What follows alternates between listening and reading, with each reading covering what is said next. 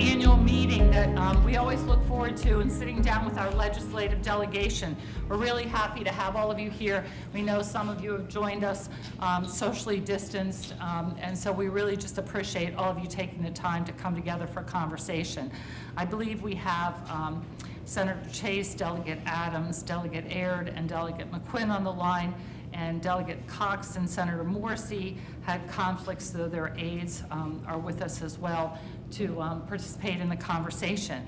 And we wish, of course, everybody could be here in person, but we understand under the guidelines of COVID. And so I want to encourage a lot of dialogue tonight. You know, we all serve as electeds to our communities. We all overlap so much in the issues that we're all facing, and I'm anxious for you all to hear some of the really wonderful things we're doing in Chesterfield and hear comments as well. I think probably the easiest way for us to do this is for me to turn this over to Dr. Casey, for him to give us some background in his presentation, and then we will open the floor for conversation, for questions, any other dialogue, and try to make certain that our folks joining us remotely have an opportunity as well. And so I know those folks are participating through our clerk, and I know that she will let us know from comments for them as well. So, Dr. Casey. Thank you, Madam Chair. Again, welcome to the delegation that is here. Welcome to the delegation that is tuning in, and to any in our audience.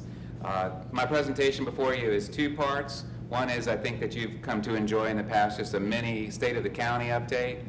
This is just a real small excerpt of what will be done in its full form tomorrow, as the four business associations of Chesterfield County are coming together again to host this event, actually in our public meeting room with a very limited audience, safe and spatial. If there are any additional seats and you have an interest in seeing the fuller presentation, please reach out to me afterwards, and we'll see if there's space in that room for you, because we'd love to have you. It is going to be broadcast on our TV channel, YouTube, and Facebook. So again, if you need to share that out to your constituents, again, it's pretty much a 40-minute plus presentation, but it really takes you through the alpha and omega of what Chesterfield is and where we're going. The second part tonight is again more focused on the legislative agenda that this Board of Supervisors had passed last month that I'm sure you're familiar with, but just a little bit more context. And then just some other issues that aren't necessarily part of our formal ask, but just again things I think you would find of interest from the local front, for which we have people in the back of the room with expertise on that. Speaking about the different views we have this year, what you see on the screen here is actually the view from our building, our admin building, and it's the retail developments and town bank that are right there on Route 10 and our complex. So again, a beautiful quality development. As far as the economic update, I'm just going to take you, just give you an example, if you will, of just one entity. Shameen Hotels, a year ago, pre-COVID, reached an agreement with the county for a few different hotels, major investment in the Stonebridge area, and then one of the hotels was this hotel next to Johnston Willis Hospital that actually opened up in the midst of COVID. I believe it was actually during phase 2, if I'm not mistaken. And again, it was just very interesting to see a hotel open up. They couldn't have the full-fledged grand openings, but what I found most interesting as I walked around the hotel, I met a couple of guests who were their first guests there, and they were part of a very large contingent of healthcare experts, consultants that were in the Richmond, Chesterfield area, and they were going to be staying for over a month at this hotel. And what I thought would be great is the next time I told them I see them, I hope they're going to be coming here to rent some office space. So again, I just think it's an example of just one entity of our economic development profile. One of the things, and again, I'd be remiss if I didn't even talk about COVID-19, and I know you've seen so many data and charts and information from the VDH and other sources. What I thought I'd do is actually share with you a different perspective, a different way in which I would try and look at the data in 100 different ways. The first chart above this is Chesterfield County's health district. And as a reminder, our health district is comprised of Chesterfield County, Colonial Heights, and Powhatan. For us to get specific Chesterfield information has been a challenge throughout this process, and that's actually part of our legislative requests later on. But having said that, what you see is the cumulative deaths since the first death of COVID back late March, early April, and that's the top part of the chart. And without really looking too hard at it, you can see that this is an age-based issue as it pertains to death. As I recall, those over the age of 65 are about 90 20% of our deaths. Those over the age of 80 are about 50% of our deaths. I would love to know from the Department of Health what the immune system issues are for people. And I don't need to know names or addresses, but again, I do think there's a high correlation based upon some studies I've read, is that there's a good chance that the other deaths below the age of 65 may have had some immune system issues with them. The chart on the bottom represents really as percentage of totals as a bar, if you will, as far as percentage of cases as far as they're distributed in all those age ranges, with the bar on top representing, the bottom gray bar represents the percentage of deaths, the top bar represents the percentage of cases. So it shows you that cases are prevalent really throughout many of the age groups of 20 to 50, a lot less in the lower age groups and a lot less in the higher age groups. But again, it reinforces the fact that unfortunately those that have a higher age, once they get it, have a much, much higher correlation of death. And again, just one different way that we look at it. You know, we try and share information out to our board daily, hopefully. And if any in the delegation are interested in such information, I'd be glad to include you in such distribution. Let's just get with Mary Ann. We are approaching, or I think just exceeded just today, our 10,000th cumulative positive case, and we now have about 139 cumulative deaths. The positive note I will say, and I always try and look for some positive but factual information, about 9,800 people in Chesterfield County or above have caught COVID at some point in time since March and can say that they have had COVID in the past tense. So again, you know, cumulative data is cumulative, but right now we generally have about 200 to 300 plus people at any point in time in Chesterfield with COVID, not necessarily 10,000. The economy, that was one of the first things that hit hard into the United States, and we were not immune by it. What you see is two lines there. The first is our initial claims. These are people filing claims for the first time. And then the orange line is continued claims, people who are still receiving unemployment benefits. What we had actually, we had our lowest week last week in initial claims since COVID started at 166 new claims. As far as continued claims, we peaked out in May around 16,000, and now we're at 2,500. And we have had a lower week every week since middle of May, as you can tell, in essence, by the declining lines on the chart there. Our unemployment rate from the last month that we've received from the Bureau of Labor is at 4.8%. So again, the numbers that you see that are existing today, unemployment rate, continuing claims, and so forth, those are quite frankly are statistics that many local governments across the country would love to have pre-COVID. But those statistics are still too high for our tolerance in Chesterfield County, hence that we are trying to do as much still to create jobs, create the job training for those that are unemployed to position them for success. Economic development is still working deals, and I think right now, in the last 6 to 9 months, they have 3 companies that they've been a part of with an investment of $85 million and close to 300 jobs. Again, these are all COVID-related type transactions involved. The home sales market, this is an amazing anomaly. Usually during economic crises of high unemployment, there's a correlation to home sale decreases. What this is showing you is what we have in Chesterfield at least, and I think it actually applies in many other cases. We have an economy that this is not a banking crisis, nor is it a real estate crisis. And it may not be that even through the length of COVID if the vaccines and herd immunity start taking effect. What you see on the chart there, again, is represented that in October we had over a 15% increase in month over prior year's month price at $312,000. So a very positive line. And again, I think a lot of other localities are not far behind in that nature.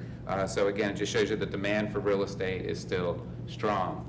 As far as the as far as the sales tax, that's another strong benchmark of a local economy. And although we lag by about 2 months in knowing the knowledge, because the business collects taxes in 1 month, submits it to the state in the next month, and we get it in the 3rd month from the state. But what you see is a comparison of probably the larger jurisdictions in the state of Virginia. And again, all but 3 of them are in a positive trend.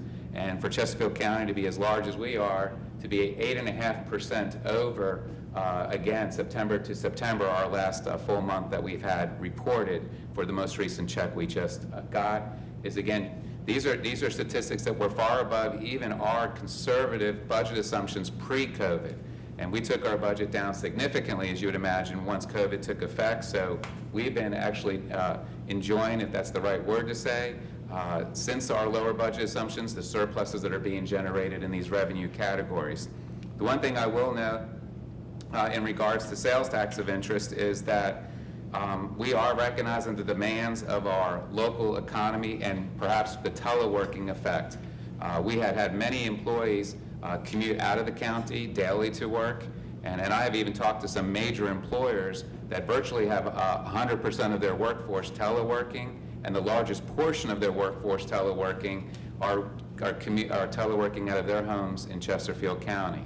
So if you think about even anybody who's at home 24/7 or in their community 24/7, the local demands for their goods and services that are otherwise taxable are now Chesterfield transactions.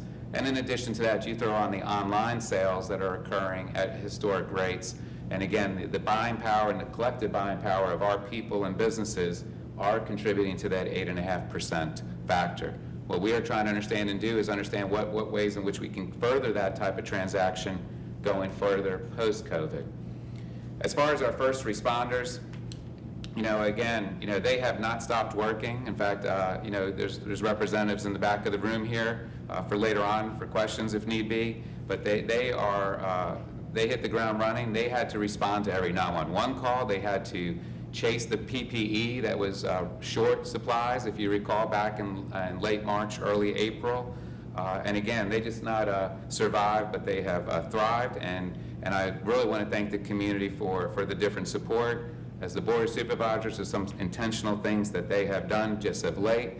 One is the Magnolia Green Fire Station, I believe just was responded to its first call today, I've heard, so they are operational, and again, serving the needs of that community. And the Board of Supervisors is expected next week as part of a public hearing on a budget change to fully implement the suggestions of the public safety pay study that's affecting 1,300 employees of public safety, with the two-phase implementation to all be implemented by April 1st. In conjunction also with public safety, I think it just shows you that they've really tried to be public during this as much as they can, even being safe and spatial as much as they can. I know that they have really tried to foster the encouragement of those in the community who don't understand police to join the Citizens Police Academy, which gives them a first look at what it takes to be a police officer, often experiencing similar drills that the police officers themselves go through during their own academies. I know there's some delegation members that have attended some sessions of this in the past, and I think there's actually 2 delegates and a state senator here today who are attending something tomorrow that police are hosting on behalf of the delegation. Those that are interested in also joining them are more than welcome. And again, I think the more that we all understand what it takes, and really not just takes to be a police officer, but to know our police officers themselves, I found those relationships invaluable. So for those that can do it tomorrow, that's great. If you have an interest, we'll try and work out some other arrangement with you in the future. I would also like to say, too, in regards to police, I think Mary Ann Curtin may have forwarded to you, or Susan Pollard, a video. We had a citizen speaker who was our graduate speaker of the most recent Citizens Police Academy, a gentleman named King Goldman. And I will tell you, he was influenced to want to get to know more about police in the aftermath of George Floyd's death. And he sincerely approached Colonel Katz and says, I just need to find out what my Chesterfield Police Department is like. And he signed up for the academy. That's where he was directed to. And he earned the rights to be the graduation speaker. And I will tell you, I've seen many citizen speakers in my life. It was probably one of the most inspirational speeches I have ever seen. And actually, I even have watched it about 20 times just when you have a tough day to realize that you are trying to do your business as a public servant. The last thing I'll talk about under public safety is our Sheriff's Office. And again, you may have heard of the infamous HARP acronym and the evolving of that to right now helping addicts recover progressively. Again, this is a leadership program that never really rests on its laurels, so it doesn't look necessarily as it did when it was first done, because it's listened and learned from those who are administering it and those that are participating in it. And again, it's now selected as the only Virginia locality to take part in the Department of Justice's Building Bridges initiative. And that initiative focuses on medication-assisted treatment and continuum care model that links jail and community resources, including mental health support services, drug court, employment opportunities, and continued treatment. And again, Sheriff Leonard's here, and as he has said many times, this program is intensive and demanding. It's actually for staff and the inmates too. I've witnessed it a few times myself. But what they do, it's by treating addiction as a disease rather than a crime. HARP has helped participants lead sober lives and it has proven to reduce recidivism rates. Well, last year at this time, I think we were not even talking about the Central Virginia Transportation Authority. So, kudos to all that were involved from a state, local, and other authorities in the region perspective. Because I think it was probably soon after this delegation meeting and us expressing and you hearing maybe similar stories that serve multiple jurisdictions in the Central Virginia area of transportation challenges. Chesterfield County has an unmet needs transportation list that starts with the letter B in the billions. And it would just in essence take multiple lifetimes to make a significant dent in such list. But the collective efforts of many, including those in the room, helped formulate the Central Virginia Transportation Authority, CVTA, for which initially got delayed as far as the implementation of the sales tax, but we should be receiving our first tech checks shortly, and then hopefully soon after, 9 checks will be written to 9 localities for their 50% share of it. What you see on the screen here is just one example. We have 5 projects that we're amending our budget for also next Wednesday. Really 5 projects scattered throughout the county, but I just throw up a map as an example of 2 major ones that will help those people in that area. The yellow line, which looks to be north-south, in essence is the extension of Woolridge Road, about 1.2 miles. Right now you hit a dead end at 288 on the east side. You hit a dead end on Old 100 on the other side. And actually, I was talking to one of our staff today who lives on one side, and he said it would take him 10 to 15 minutes just to get to that other side. And once that road is built, it would take him 3 minutes. So again, a significant improvement. The white dashed line is what is really the end of the Powhite Parkway. Is to the right of it. The dashed line is the extension of it. And again, what we're beginning is the modeling exercise to have that dotted line at least get to Woolridge Road. And again, it's a great interconnected road. Quite frankly, could not be done without the powers of the CVTA monies that are coming to us. The further extensions of the Powhite to Hull Street is again one of our long-term initiatives. And again, we can start saying that maybe more in a current tense than some futuristic tense, with hopefully the power of the CVTA's regional project share as well, for which again we're all going to make our efforts to just illustrate those needs. The other part of transportation that CVTA may actually help out in the region as well is the Fall Line Trail. For those that don't know, a bike trail, linear trail from the Virginia State University campus all the way up to Ashland, about 43 miles away. Is going to be a trail like you've never seen before. The Capital to Capital Trail is a beautiful trail from Richmond to Williamsburg. That pretty much traverses rural areas. There's not as much to see or do along the trail, which is fine, and that's a nice adventure in that self. This Fall Line Trail will actually have lots of commerce, residential, and other ways, which people, you don't have to wake up and go to Ashland every day necessarily. You may just go 3 miles down the trail to some business or some work or visit a friend. So now switching over, so those prior slides are just, again, a hint, if you will, of what we're going to be talking about tomorrow. Feel free to tune in, feel free to come if we have space. Again, that's the state of the county summary that I thought was as relevant to you. As far as our legislative requests, we really, in essence, have one formal request of you, and Chief Loy Center is here, our fire EMS chief. The county's requesting that in a state of emergency or public health emergency, that will allow the health commissioner, VDH, and local health districts to share data by making available to local government EMS agencies information necessary to mitigate and respond to the public health emergency. The request is coming forward because our fire EMS has not been able to get real-time information about where outbreaks are occurring in the community. This would be used for important internal decision-making about staffing, equipment, and PPE. In one case recently, the media was reporting an outbreak that actually had many deaths associated at a long-term care facility, again, in the media without even our fire EMS aware of it. I myself remember getting the media feed and sending it to Chief Center saying, why haven't I been told about this? And him and I were learning about it at the same time, and that just should never, ever happen. There has been some important information data sharing since the beginning of the pandemic, and we do thank our local health director for what efforts he could give us. However, the General Assembly addressed some of these concerns with legislation in special session, but those bills did not address the need for real-time information and often have a weeks-long delay to get to the appropriate dashboards for our own help in decision-making. The county attempted to address this with the development of an MOU for the VDH approval. However, this was denied by the Attorney General's office, who misinterpreted our desire for real-time information as an attempt to engage in patient research.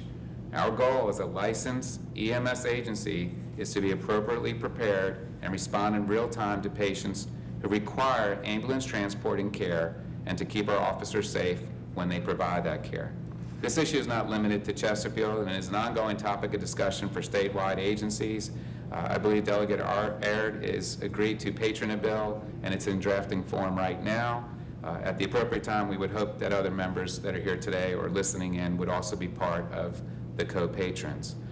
Just as a side note too, for your information, the commissioner initially deemed EMS agencies to be in the 1B category for vaccinations. I believe the State Fire Agency and EMS agencies are all working together to realize and show what they do is very similar to a healthcare worker and should be in that appropriate 1A class. So I think efforts are underway to try and better define and make it distinctive to what an EMS provider is and isn't. And again, just showing that they are showing up to situations for which they are people in need of service and who have COVID. Other topics, and again, these aren't specific legislative agenda requests, but again, sometimes these bring an awareness to you for which we'd be glad to partner with you and share more information with you on and help you define. The first is mental health bed availability. While finding mental health beds has always been a challenge, it has been exacerbated by two factors. One, while well-intentional effort, the bed of last resort legislation placing the ultimate charge on state facilities to provide a bed has resulted in the unintended consequence of private hospitals no longer feeling responsible for these patients.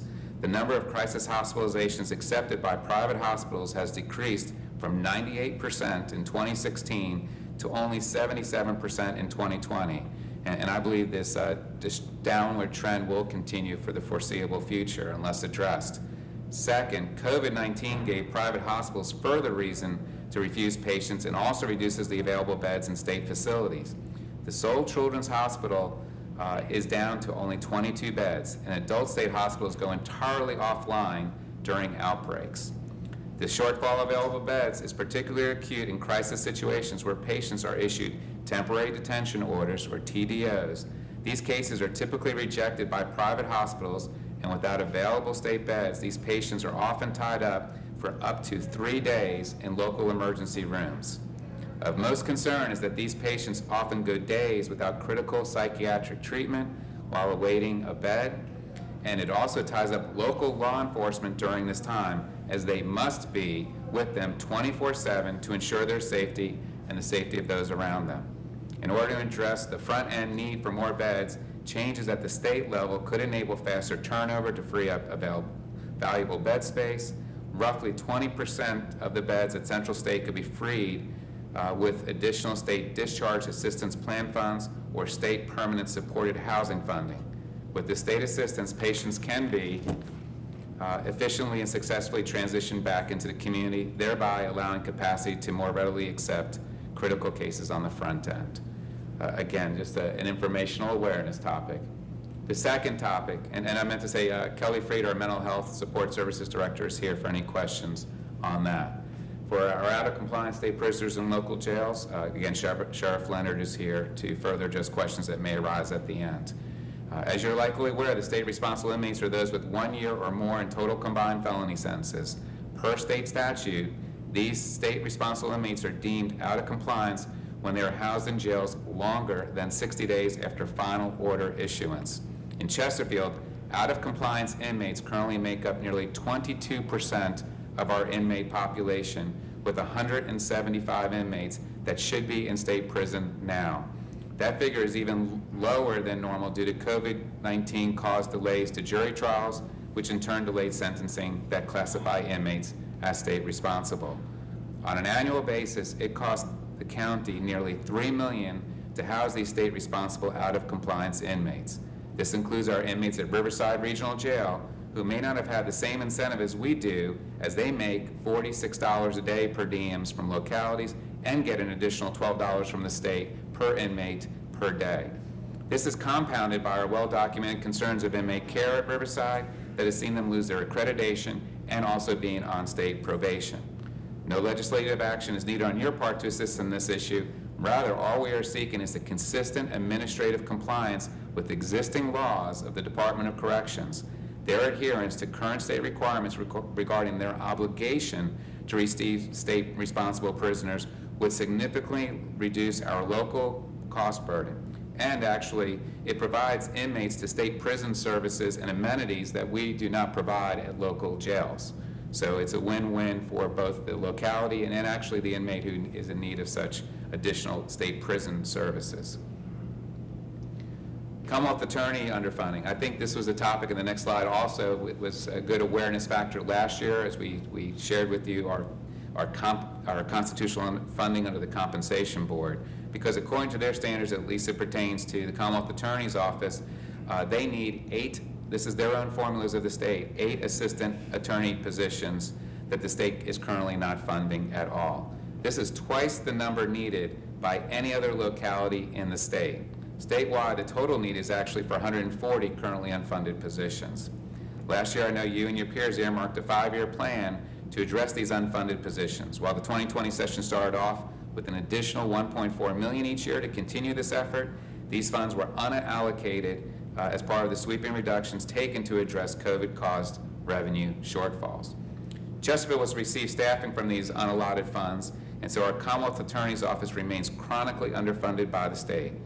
The recent emergence of legal requirements related to body-worn cameras further adds to the staffing challenges in the Commonwealth Attorney's Office.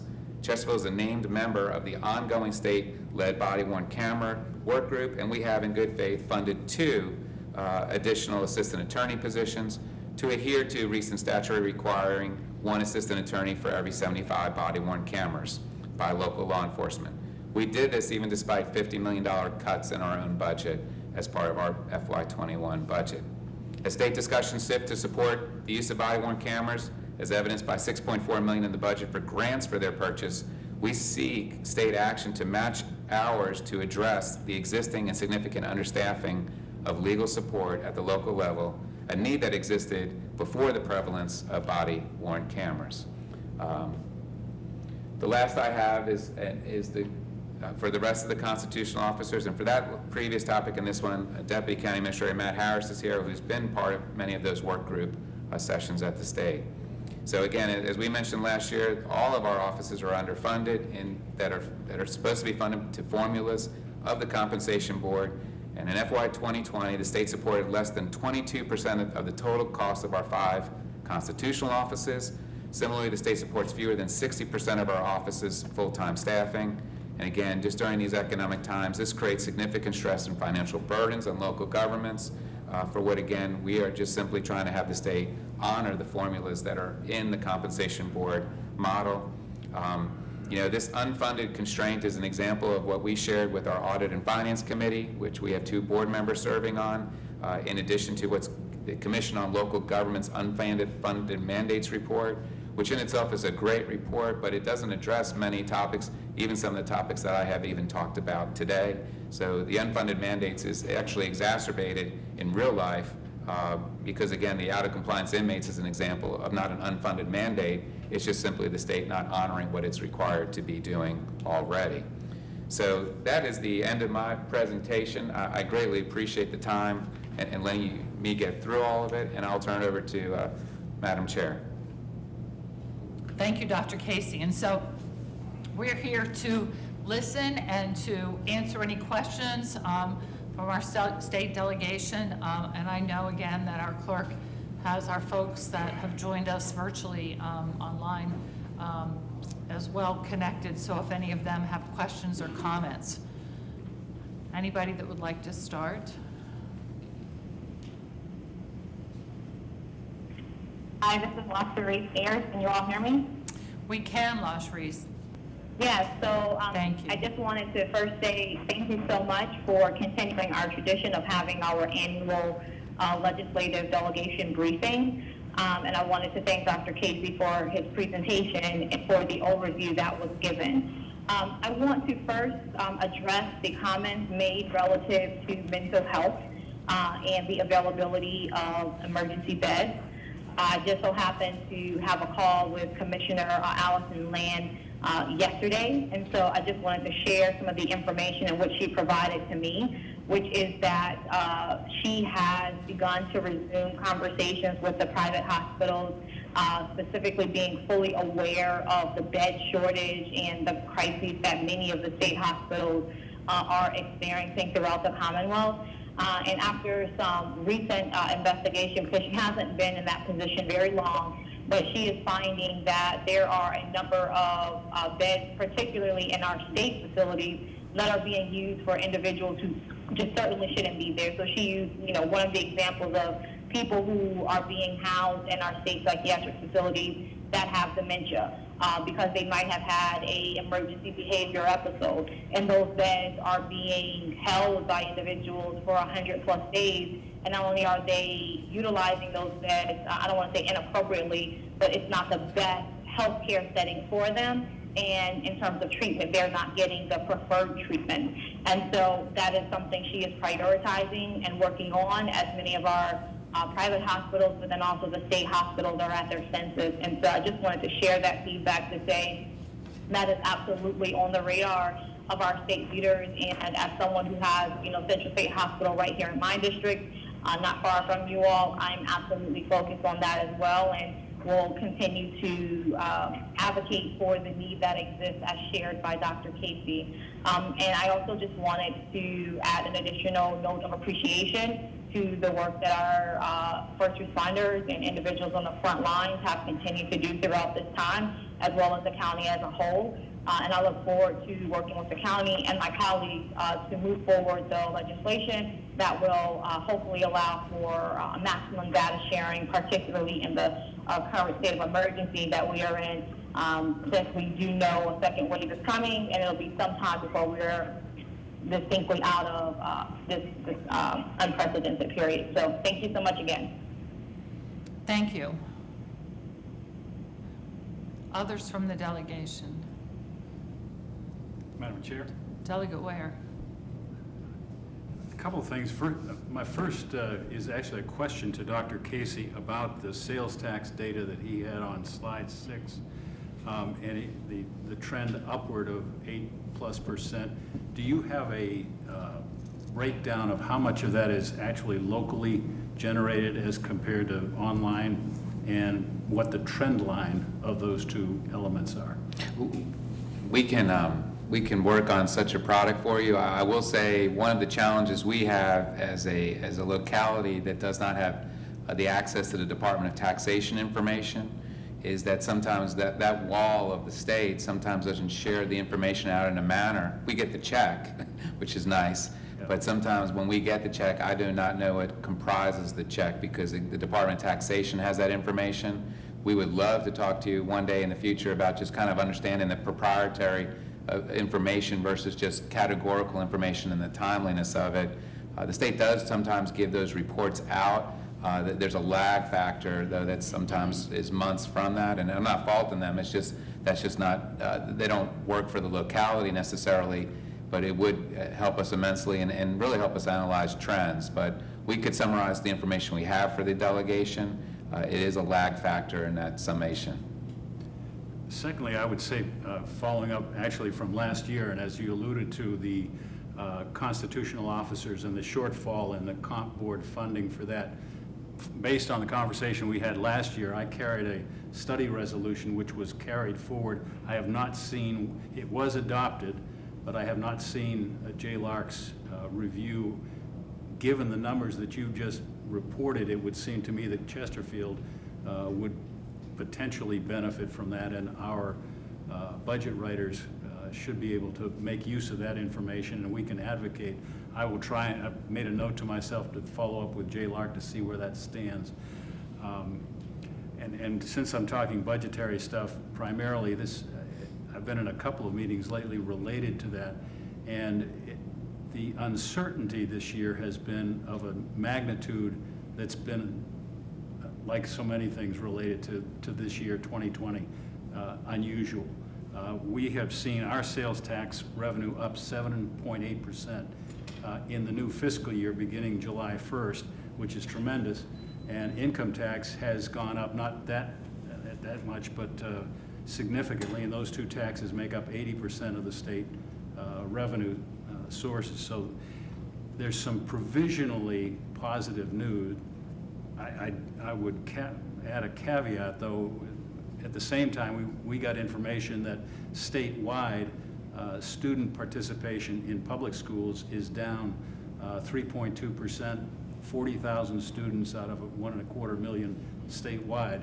So I would not be shocked if the budget writers who looked at it this year and said we need to hold harmless localities in this year just because of all the uncertainties that you all are facing.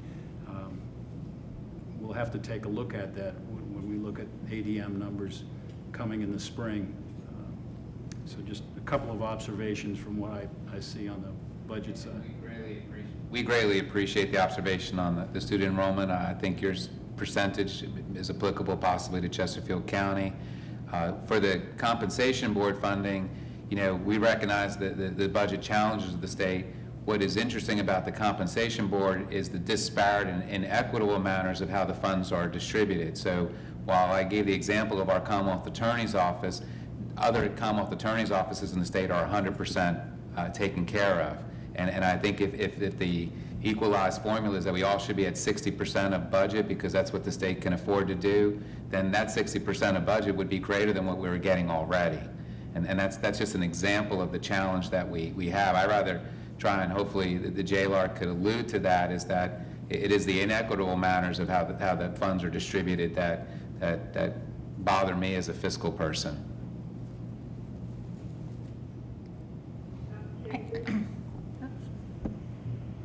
Yes. Hello? Yeah, can you hear me? This is Delegate McQuinn. How are you? Good afternoon. Certainly want to thank Dr. Casey, first of all, for the presentation. And as my colleague has said, Delegate Ayers, we thank you for continuing this tradition of making certain that we are informed as much as possible in terms of what's going on in Chesterfield. I just wanted to, looking at some of the challenges that you shared with us this afternoon, did any of these things that are certainly outlined here, I think that you talked about how some of the challenges things were exacerbated by the COVID-19. So did you all qualify, any of these things qualify for the CARE funding, and were they substantial in helping to sustain you during this very difficult period? And I guess where do we go from here in terms of, and I see some of the needs, but were they helpful at all? And I'm sure they were. Yes, Delegate McQuinn. And before I forget, I didn't see you here, but I do want to thank you personally and professionally for your role on the CVTA. You and Senator McClellan, as representatives of the General Assembly, really round out a very large group that's is very important to all the discussions we're having. So first, I apologize I didn't say that when I was talking CVTA. I get used to just talking about people I see in front of me, so I do apologize. That's okay. The second thing is, in relation to the CARES funding, yes, the county has been the recipients of the CARES Act funding as it's been directed from the state down to the local level, to the local schools, to other related agencies. The one challenge that we have as a locality is, as you may know, Fairfax County, because of a population threshold, really had a much more expedited and direct manner to receive the funds back, right when they were announced in the May timeframe, and had 7-8 months to properly plan to spend the monies and allocate and push the monies out to the community. As you recall, the state has really parsed out the funding to all the other local governments in Virginia that were below the 500,000 population, which is all the other local governments, which caused us to have to make sort of decisions at the moment for what we were getting, because we were never known that or promised that we would get the remaining shares of it. In fact, we are amending our budget just next week for the last rounds of the CARES Act funding that the state is giving to us, and we have about 14 days to spend it once we get it. So those are the only challenges. If there is another bill that comes forth from the federal government that gives the same powers to the state, the only thing I would request is that we'd be glad to show you how we spent the money, because I think you would appreciate, and all those on the line and in person here would appreciate, we tried to direct the monies as was intentional from the state and federal perspectives to those that are in need, to the businesses that were in need, to create the public safety environment, to create the continuum of services that were needed for our citizens. We just couldn't do it all as quick and fast as we wanted to because we were not getting the funds as quick. So if there is another CARES Act related funding coming down to the state, we would hope that they have trusted and seen what local governments can do with the funding and enable us to disperse the funding quicker and the relief that goes with it quicker. All right, thank you so much. Madam Chairman? Yes. So, So the this people... this is Delegate Robinson for Yes, those of sorry, you this is online. Delegate Robinson. For the people that I've been having conversations with who own small businesses, they're really struggling. Even with CARES money, even with the federal money coming in, small business association has let them consolidate loans and postpone payments for a year, and all the good things that are happening out there. And small business is really a backbone to Chesterfield County as far as who are employed in the county. And those numbers that you stated earlier where people are staying home, they're conducting business closer to home, so we're seeing an increase in that respect.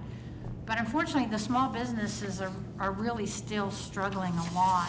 And have you seen, I don't know what the dropout is of our small businesses in Chesterfield, or if you have those kind of numbers and things, and what is being done, kind of directed, or how we can direct even more things towards those small businesses staying viable. If I could take that question too. Yeah, very good question. Also, Deputy County Administrator Matt Harris is there in the back too. So, Mr. Harris, if you ever see that I need some extra help, you just come and sit at one of these tables here. But I'll try this one too. In relation to business, this is also an interesting facet. As the CARES Act was defined as far as how you could disperse monies out to the private sector, if you really think about it, government is really not in the business of writing a check very well to a private sector entity. We have rules even how we give it to nonprofit related entities. So a lot of the rules as far as what would qualify for a business to get a grant, whether it's through the local government or even directly through the payroll protection programs that were administered through banks, there was just a lot of issues that occurred that many businesses that you and I would see maybe worthy in need of a loan would not otherwise qualify, or need of a grant would not qualify for. So I'm hoping that some lessons have been learned by those that draft the legislation, that it gives more local discretion. We, quite frankly, when we first were doing the program, I think it was $5 million we allocated out to funding, and we thought we would get far more. We thought we'd get $15 million, $20 million worth of applications.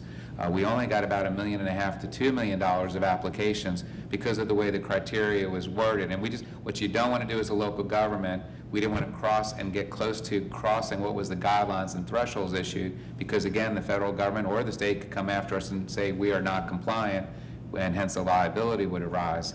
We actually went back and pushed to the second round the guidelines as far as we could for the private sector to disperse out such funds, and we still did not get the applications to exhaust it. And the third round, which I think the applications were just due, we were able to carve out a niche for nonprofit organizations to now access such grants. And we still may not utilize all $5 million that were allocated to us. Again, some of it because of the onerous nature of what may have been the restrictive nature of it. Having said that, we have also done other things that are private sector-esque, in that we've given over $1 million or $2 million to the private daycare facilities. As you know, they had to operate at 50% capacity and take their technology up to maybe conform to virtual learning environments for the schools. So we actually recognized and worked out a formula with the Association of Private Daycares, and really was a leader in that, of trying to come up with a fair manner to, in essence, give them the infusion of cash as if they were at 100% capacity. And so a lot of the rules were followed. I'm taking it as a pleasantry for Chesterfield County that we didn't exhaust it, because I know I have some peers with the same program criteria we had, in the same, in essence, $5 million, exhausted all of it and had $10 million more needed to give out on the first round. So I take that to a testimonial that businesses themselves may have been doing better than the average, or there's a certain resiliency of business to try and survive without the government's intervention. I don't know the answer to explicitly. And I might just add on to that, I think that every one of this, of our electeds here have created an incredibly strong relationship with the chamber. And working through that relationship, listening to what that need is, so we're forwarding that back to our administration as to how we can best, use that ability and use that to support our businesses, to listen what's going on, boots on the ground, and hear back from them. We've also engaged our folks in our planning department, our economic development department, to be as creative as they could be with, as restrictions were lifted, to allow our businesses to be boots on the ground within 24 hours, operational, up and running. Restaurants and parking lots, restaurants, and, don't let us get in the way of allowing you to open your doors. And, with the appropriate protocols, let us, help you, tell us what you need. We're there, boots on the ground, trying to do that. So I think that also is what's led to some of the successes, and it's certainly led to great relationship building.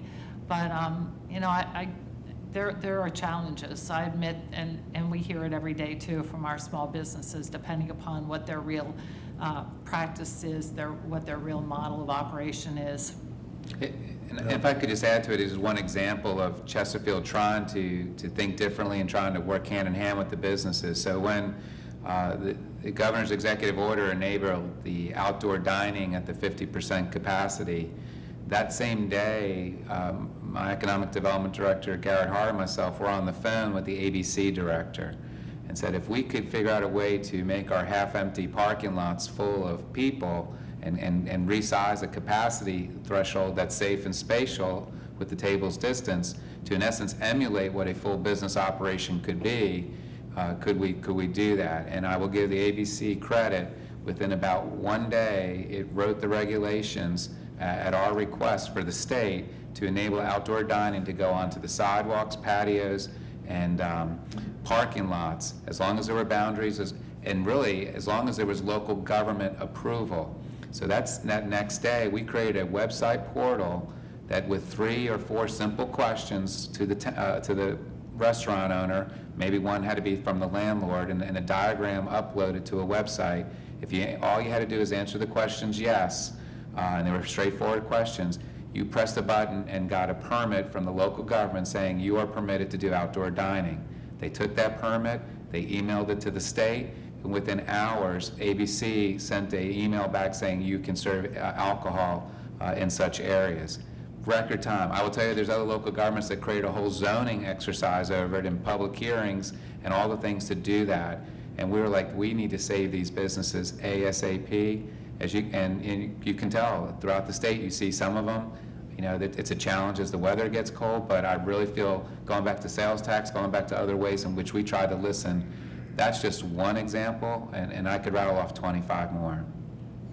Madam Chair. Madam Chair, if I may, I want to certainly thank all of you. Thank you for that question, Delegate Robinson, and all of you for all you do and serve in the General Assembly. We greatly appreciate you, and that question is a great one because we meet bi-monthly with our chamber, Chesterfield Chamber, as well as you mentioned, small business is the backbone of Chesterfield. Over 75% of the small businesses hire 10 or less people in the county, so that's the weather, if you will, and the well-being of the county and the county's employees, certainly, and citizens. So we thank you for that question. We work very closely, and I think our chair as well for the fact that we have a great relationship with the small business community, and so we're right down on the ground, so we appreciate, again, all your efforts. I just want to point that out because we do converse and talk often about how they're doing and the challenges they face, and one of the bigger challenges we hear from them often is education and virtual versus in-class learning. Thank you. Mr. Carroll, did you have? To add to that, I will say I was talking with Garrett yesterday, and on our third round, I think we have over 180 businesses in the county now have applied for a third round of grants, and that process should be finishing up within the next week or two. I know they're finalizing the information right now, and so again, I think that's more this time on this round than we did in the two previous rounds. So the word got out, and I will also say that I know that other board members here also took the time to contact businesses in our prospective districts to make sure that they knew that this money was available and that they needed to put in for it. I know I went door to door in Ettrick to several of as one day to get hand out PPE actually to some of the businesses and to encourage them to put in for the money that they have an opportunity to help their business with. And so I think we're trying to make sure we meet that obligation for the people. Madam Chair. Delegate Coiner. Thank you. I know within your legislative briefing back in the day, we used to do schools and government together, and now being separate, but they're still so intertwined, you really can't have a discussion about one without the other. And so many of us attended the schools briefing that they held, I think it was last week. The days are bleeding together.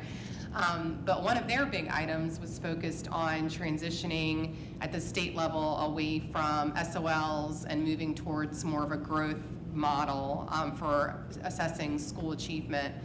And one of the things, I know that you all rely on the quality of schools when you're attracting businesses and folks to come to the county, and so it is critically important to you all.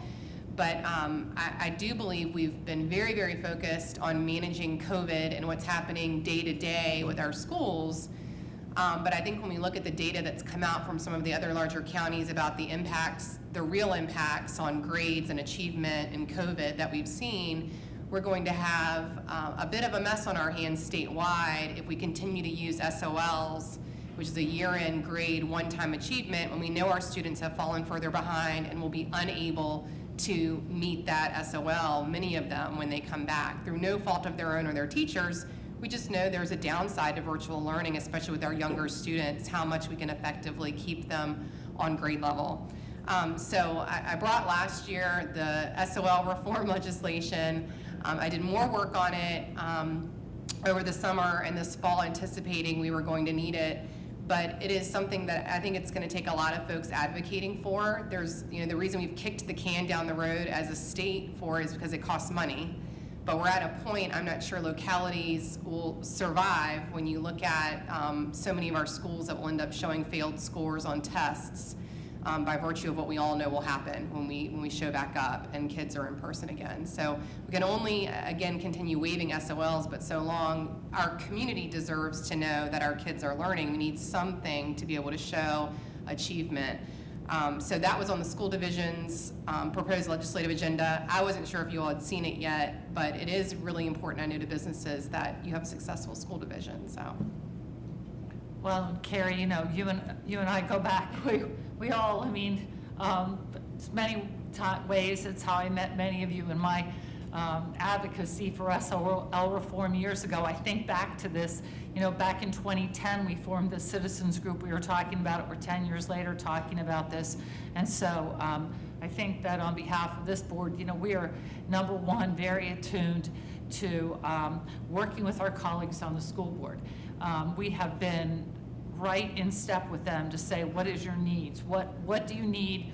What do you need in finances? What do you need in care monies? What do you need in support? What do you need in general services? Folks, risk management and our health department have been fabulous to be sharing what information we do have. We do have some challenges, as Dr. Casey pointed out, regarding what information we're getting from a statewide level, but recognizing that our children in that educational format and the aspects of what's happening with our educational, Chesterfield's always been so well respected for, being a leader in education. And we want to make sure that we have all the resources defined and designated to keep us in that place, recognizing that they have limitations under the current pandemic. And so you know, I can say, as I look at my colleagues on this board across the room, we've all spent endless hours in conversation with our colleagues on that school board and supporting them in all of those pieces. And I do think and hope that all of you at a state level are recognizing those challenges as well, carrying that message, but also carrying the message of, you know, the aspect of unfunded mandates. I know that they always are challenged with, and, you know, some of the other issues when, you know, finances are going to be, but just the aspect of how we engage in virtual learning and keeping kids on track to some level. So, yes, we're eyes and ears along with our colleagues in step on that, and want to make sure that, you know, our kids, we recognize that all filters in to the workforce development piece, as well as the piece of making sure that our dropout rate does not skyrocket as a result of this, and that we lose, you know, our very early on some of these young adults to this, you know, because of the pandemic. So lots of issues there. I appreciate your attention to that. Senator Hashmi. Thank you, Madam Chair, and thank you, Dr. Casey, for the presentation. I'm just curious, and perhaps you could provide some greater insight. We seem to have a significant underfunding in Chesterfield County for the Commonwealth's Attorney's Office, as you pointed out, and for constitutional offices. How is that funding model actually structured, and why is Chesterfield in particular, in comparison to other counties and localities, facing this crisis of underfunding? Thank you for the question. Actually, with Deputy County Administrator Matt Harris here, he's the one who works through all the details of that. I mean, I could try and answer it, but he would give a much better answer. Senator, I'll do my best. I mean, again, this was a topic that we've discussed with you all previously, and we do appreciate the hard work. I think before the onset of COVID, there was about a 4-year implementation program that would have gotten us back to full funding for Commonwealth attorneys. In Chesterfield, it would have been our understanding that we would have been in phase 2. So we would have, you know, July 1st of this year, we would have received, you know, quite a bit of funding to fill in some of those gaps. So again, this is one of these topics where I'm not sure there's anything new that needs to be done. It's just kind of trying to get that train back on the tracks. But historically, it's just been a budget item that hasn't been addressed, you know, from year to year, and so you have the cumulative effect of this over time, and there's not clear mechanisms. And I think one of the oddities that we uncovered as we, you know, dug into this was there are equally number of agencies that are quote unquote overfunded in Commonwealth attorney resources as there are that are underfunded. So if you take it in aggregate almost, it balances out, but there's not really a clear mechanism, at least that we've ever understood, that kind of takes resources away from agencies that by, you know, the letter of the law, the formula, that have more resources than it would suggest. So when you look at it on kind of a bar graph, again, if you added everything up, it'd basically take you to zero. But, you know, we haven't taken the position to do that, but necessarily just to kind of get us back to that, at least that statewide average of funding, which I think is about in the 85% mark. So again, a lot of progress was made there. I think the first phase did get turned on, and we were just hoping to get that second phase in place. The model itself is based on, you know, more or less indictments and those kinds of things across certain particular categories of offenses. And that probably too needs to be revisited at some point, given how that business has changed quite a bit. But you know, we are encouraged by the help of this body here, and trying to get us closer to getting closer to that 85% mark. So I hope that answers your question. I'm certainly able to fill in any details that you might need. I might just add on to Mr. Harris's comments, because I was part of the delegation that sat down with the comp board probably a little over a year ago now. I mean, basically, if a jurisdiction like Chesterfield is growing and there are other jurisdictions who are losing or their population is declining, it's very difficult from the comp board perspective, because what they look at is, until there's a vacancy that exists in a Commonwealth attorney's slot in a declining community, they can't grab that slot in their sort of the way they're set up and transfer that to another slot. So as Mr. Harris outlined, if you look at the graph, there are just as many jurisdictions who are probably over their head count as there are under their head count. And then you add into that how that is determined, and it's not really determined on a population basis. It's determined on the basis of, you know, a indictment issue or a felony indictment issue, charges. And I think that just recently we all saw some articles about that, in that the way in which charges are brought by Commonwealth's attorneys can vary by district, because you can have one defendant that can be charged with multiple charges related to one incident that then would accelerate the number of charges that office is handling. So, you know, I think that all in all, what we're hoping is that through some studies, there's just some attention being given to this that looks at how these state monies are being spent and allocated per jurisdictions, so that it's more equitable across the board and also results in a better funding structure. Does that also help? Thank you.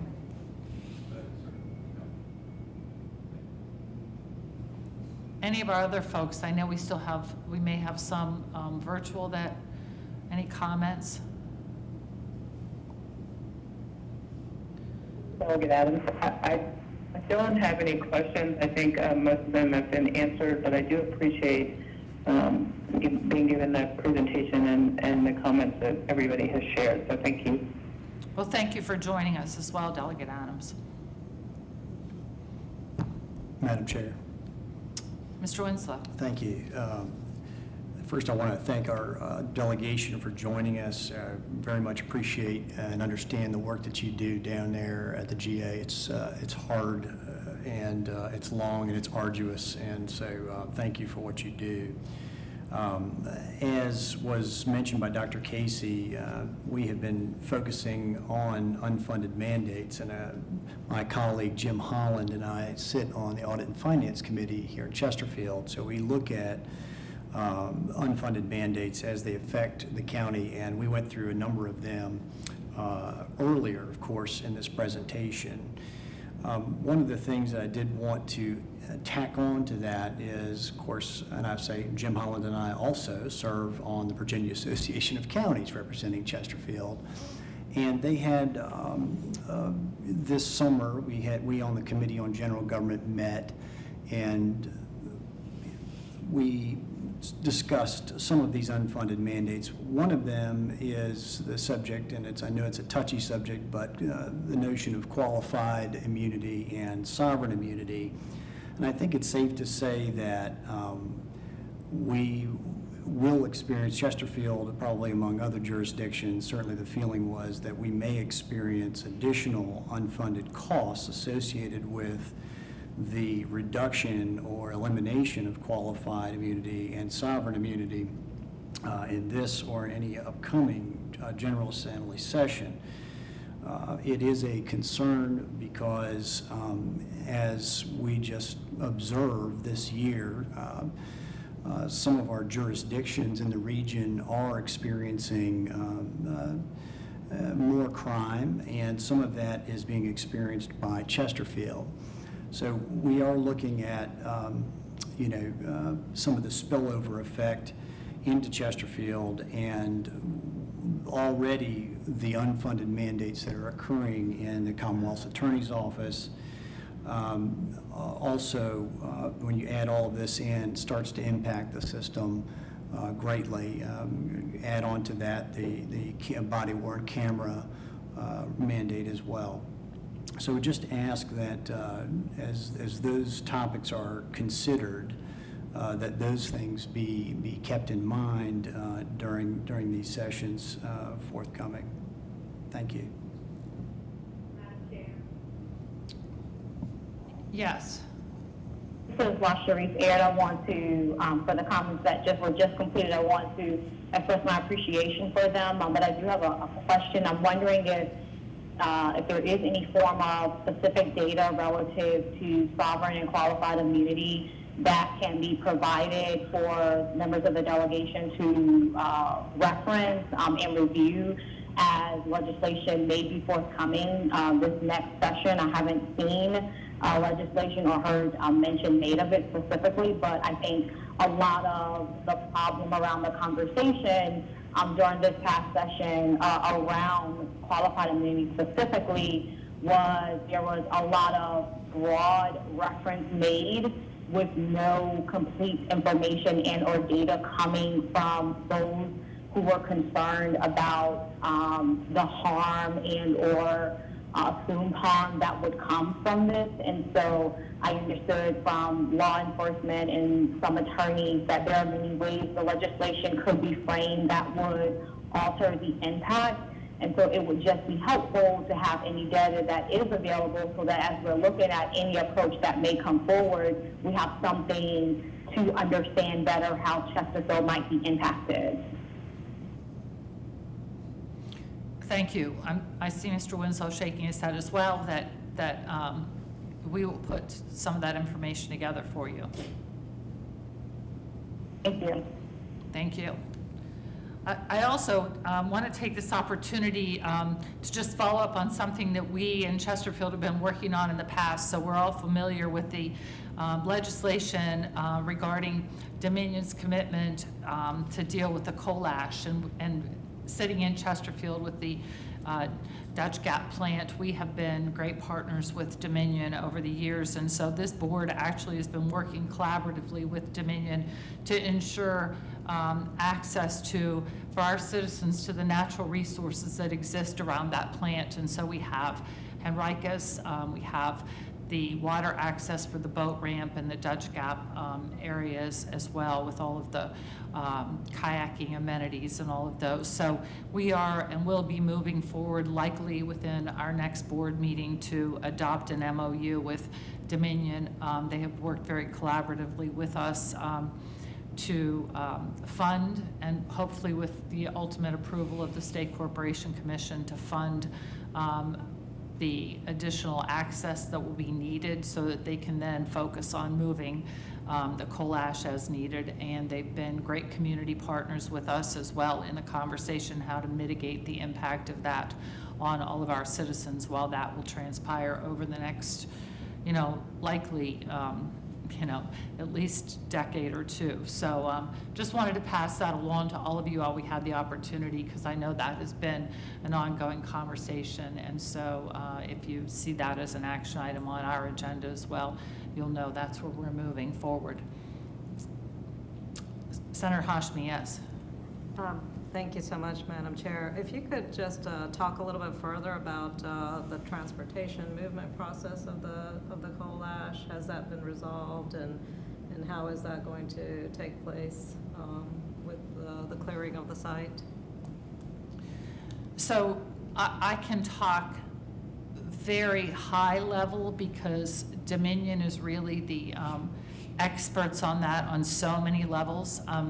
My understanding, and I actually had a conversation with James Beasley from Dominion today. My understanding is that they will be railing as much of that as they can by rail out of there, and moving what is in what they call their upper pond out of there, so they transfer what's in. So the lower pond is the area that actually contains the coal ash that is of concern.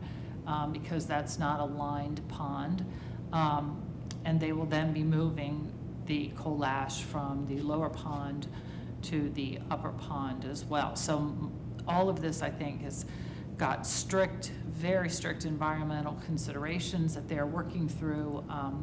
Again, I'm sort of the novice at the really high level explaining all of this, but it's very interesting if you've been on site. Access to Henricus, access to our Dutch Gap areas, and our boat ramp is right through the, through their plant facility. And their lower pond sits on one side of that access, citizen access road, as well as their employee access, and the upper pond is across the road. So, to do this in the safest manner, to ensure the least impact, and to ensure the long-term access of our citizens to the natural amenities, and in particular Henricus and others. We will be moving those access points and moving the boat launch ramp, actually. And they've been great partners at the table with that, and in conversation with the State Corporation Commission.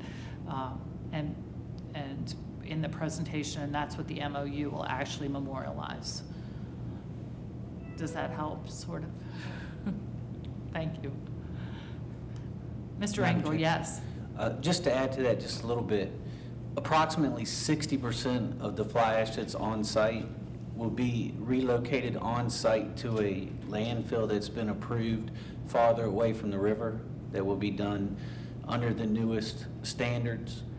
And a large percentage of what's left, they're going to try to do some recycling into other products on site before they move it. So it won't be moving all the fly ash that exists off of that site to another location. And I think that's important for people to know, that they're doing everything they can to mitigate the movement of any fly ash off of the site. But there will be some that will have to be moved. Thank you. Good points there. Anything else? Madam Chair, if there's no one else to go, I'll go at this point. I want to, first of all, compliment my colleague on the qualified immunity issue. Let me just share that I'm always opposed to mandates. I just historically am very centrist in terms of unfunded mandates especially. So I'm always against those and directives, because I want to emphasize that we have, I know the most outstanding public safety departments in the country, in terms of our sheriff, our police chief, and all our public safety, fire and MES. We have the most outstanding group in the nation. And I learned this anew last summer when I held sessions with about 50, Chris and I held sessions with about 50 or 60 pastors in Chesterfield County, who actually praised the work of our chief and our police department, and because I was concerned about, as you probably might surmise, the George Floyd phenomenon sweeping the country with massive regulations without the cost of those regulations and the impact at the local level of those. And so what I learned was that, and we followed up that this year as well. I'll share with a PACE study for public safety, which this board has enthusiastically endorsed, which is just wonderful. I'm so pleased as one of the longest serving members on this board to see that come to fruition. In addition, I might also ask, we have always been passionate about education, and we have a study done for education in Chesterfield County. And so I'll await the recommendations of our liaison committee relative to that PACE study and what we should do going forward, because when we study an issue, we look at how we can continue the excellence we have experienced here in Chesterfield County. And so I just want to be said that I greatly appreciate them, all they do, and I would urge you, whenever you have an opportunity for a mandate, always think about the fact that one size does not fit all, and that we continue to serve, and we serve the same citizenry, that we continue to serve them with excellence that they've come to expect here in Chesterfield County. And so again, I applaud you all. I thank you for, as noted, the hard work you do. But Chesterfield is continuing to do, I think, excellent in that area. And one thing I would end on a note, as Dr. Casey mentioned, is direct funding of the CARES monies, of the possible $900 billion that may be approved within the next week. I anticipate with a strong push is that Chesterfield be directly funded, and that will save time.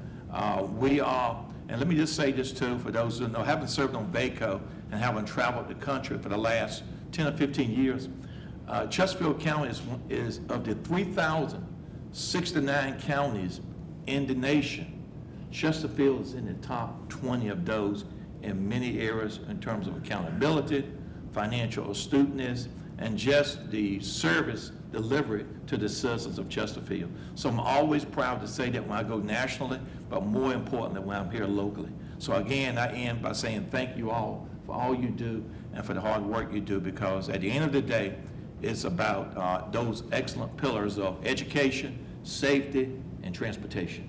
Thank you all. Delegate Coyne? Madam Chair, just to piggyback on some of the comments made by Delegate Aird and by Mr. Holland in regard to qualified immunity, serving on the Public Safety Committee and getting to hear a whole lot of police reform bills that I never dreamt I would learn so much about. I've spent a lot of time since our special session ended studying the issue of qualified immunity, and being an attorney, not an area of the law I've ever practiced or looked into, but really seeing that if you actually look at the data, the doctrine of qualified immunity has not shown that it's decreased costs to localities or police officers, that you actually end up through a whole lot of court process before it comes into play. But number two, really looking at what, as a court-created animal versus something that legislatively we've set parameters around, what are the expectations? And really looking at, are we protecting the interests of the individuals that we're all asked to represent and care for as well? So, looking at some other states and some of the balances that they've done on putting some caps around liability, putting some requirements around if acting in good faith. I think we went into special session with folks thinking it was an all or nothing proposition, that it was either you get rid of everything or you leave it like it is.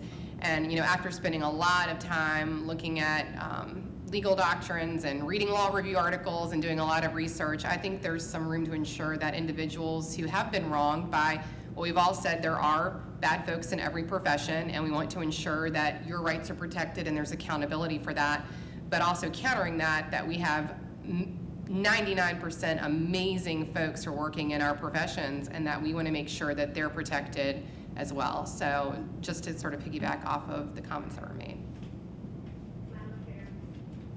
Yes. Hi, this is Delegate Aird. I think it's important for me to say this given the comments that have just been made about qualified immunity. I started off asking for additional information, and I'll just be really direct in saying, as a Democrat on this call or participating in this meeting that represents part of Chesterfield along with my colleagues on the phone, I think it's important that I am well positioned to have a conversation and represent the position of Chesterfield County as best as I can. And so one thing I can say is I'm not the one who's going to be carrying qualified immunity, but what I do know is that there's great interest in my caucus. And being in a caucus that's in the majority, I would think that we want to ensure that from a governing standpoint, we are framing legislation, we are approaching legislation in a thoughtful and meaningful way. And so I just want to make sure my comments about requesting data doesn't get misconstrued from me saying or the thought that we're going to go into session and try to ram this through. No, but if I'm going to work with my colleagues who might be carrying something like this, I want to be able to have a conversation and say, here is how my district will be impacted. And that is my request for the data and for more specific information. Because what we saw through this special session was, yes, it was a really passionate but also chaotic special session talking about this subject. And what you hear is a lot of broad references from around the country, from just random research that's not specific to any area that I represent. And I know that data is hard to come by, but the more information I'm empowered with, specifically relative to Chesterfield County, the more empowered I am to go to my colleague and say, hey, have you thought about this? Have you thought about that? And so me asking for data on qualified immunity is not me saying, yeah, I'm going to be going to the General Assembly this session and advocating for this to move forward. This is so I'm as empowered as possible during the governing process. And so I just want to make sure that's understood and that I clarify that, because I hear you loud and clear. I heard law enforcement, I heard attorneys, I heard advocates, all types of people throughout this special session, but this is a conversation that's going to be had. And so the more information that I have and I can work with, the better. Thank you. Yeah, and Madam Chair, this is McQuinn. I stand with, certainly with the questions and the concerns of Delegate Aird. The thing about it is this is a subject that matters, that everyone's talking about across this country. And as we move forward, we want to make sure that we get it right.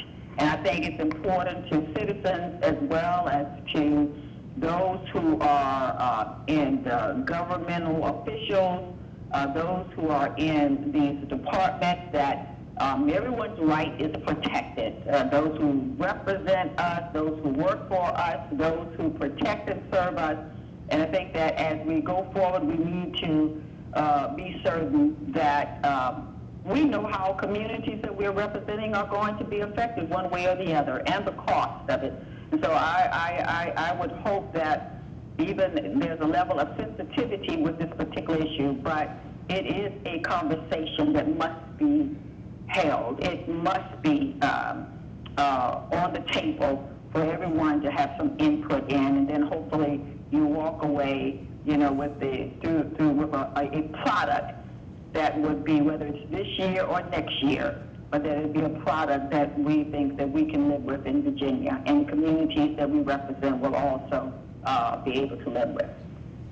Well, and I think, and first of all, thank you, Delegate Aird and Delegate McQuinn, but I think that's what's so cool about us having these conversations, is that we're all at the table having these conversations, from being electeds, being here all talking about, the interests of our citizens, and, putting aside, what our party lines are and things, and being free to be able to express all of this. And so we'll send you what information, we have and that we can share. And, we just welcome the opportunity to be open and have conversations like this with what we're hearing and what you're hearing as well, and recognizing that, the product at the end becomes much better when all of us are involved in the conversation. So we really, can't thank you enough. Absolutely. And Delegate Ware. Thank you, Madam Chair, and pretty much along the same lines. I along with benefiting from what we do here on an annual basis in this meeting, this summer when you all took the initiative, your board, Dr. Casey and his staff, and others, and the first responders, particularly on the COVID specific matters related to the county.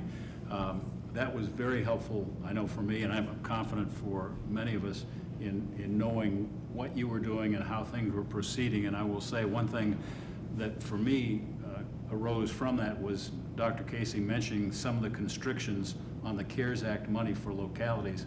When I had a chance to speak to our Congresswoman later, I brought that to her attention and indicated what the significant challenges were to get it done timely, for example, under the constraints that were put on the legislation. And she indicated that going forward, if there were to be a follow-up, she would be carrying that, obviously, and I'm sure you may have had those conversations with her as well, but having that open line of communication facilitates the ability to let people know across the federal lines. Thank you. Anything else?